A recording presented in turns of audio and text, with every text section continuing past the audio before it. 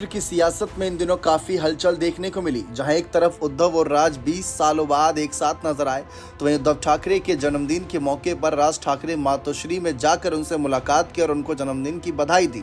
इस बीच social media site x से जो पोस्ट किया था उसमें उद्धव ठाकरे को शिवसेना प्रमुख कह दिया था और वो पोस्ट काफी वायरल हुआ। और उसके बाद सवाल ये भी उठे थे कि क्या राज ठाकरे अगर उद्धव ठाकरे से कल को गठबंधन करते हैं, हाथ मिलाते हैं, तो क्या उनकी कोशिश ये भी रहेगी कि शिवसेना प्रमुख के तौर पर उन्हें देखें। इस बीच महाराष्ट्र में स्थानीय निकाय चुनावों से पहले शिवसेना के नाम और चुनाव चिन्ह को लेकर स्थिति साफ हो जाएगी, ये माना जा रहा है, क्योंकि हाल ही में सुप्रीम कोर्ट ने इस मामले को और अधिक नहीं टालने और अगस्त से सुनवाई शुरू करने को कहा। जून 2022 में एकनाथ शिंदे के नेतृत्व में शिवसेना में ऐतिहासिक बगावत हुई थी। तब से एकनाथ शिंदे पार्टी के नाम शिवसेना के साथ बाग वाले शिवसेना के झंडे और धनुष बाण का इस्तेमाल कर रहे हैं। पार्टी ने लोकसभा और फिर विधानसभा चुनाव इन्हीं पर लड़ा था। उद्धव ठाकरे की पार्टी शिवसेना उद्धव बालासाहेब ठाकरे यूबीटी की ओर से मांग की गई है कि अदालत का फैसला आने तक शिवसेना पार्टी का नाम और चुनाव चिन्ह जब्त किया जाए। शिवसेना के दो फाड़ होने पर चुनाव आयोग ने शिंदे गुट का असली शिवसेना माना था।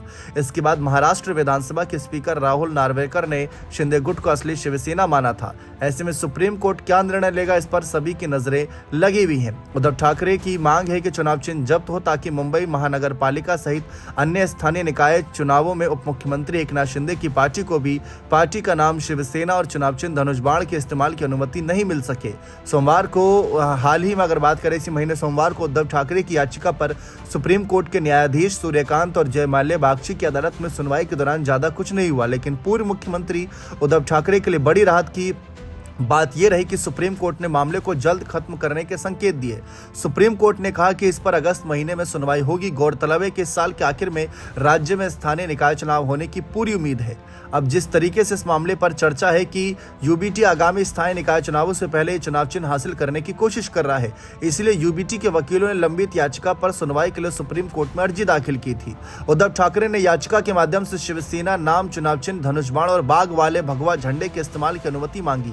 कोर्ट ने एनसीपी मामले में अजित पवार गुट को सशर्त इस चिन्ह के इस्तेमाल की अनुमति दी थी। लेकिन अभी हाल फिलहाल में राज ठाकरे ने जिस तरीके से उद्धव ठाकरे को शिवसेना प्रमुख कहकर बुलाया, इससे शिंदे गुट में भी बेचैनी बढ़ गई होगी, ये बात साफ है।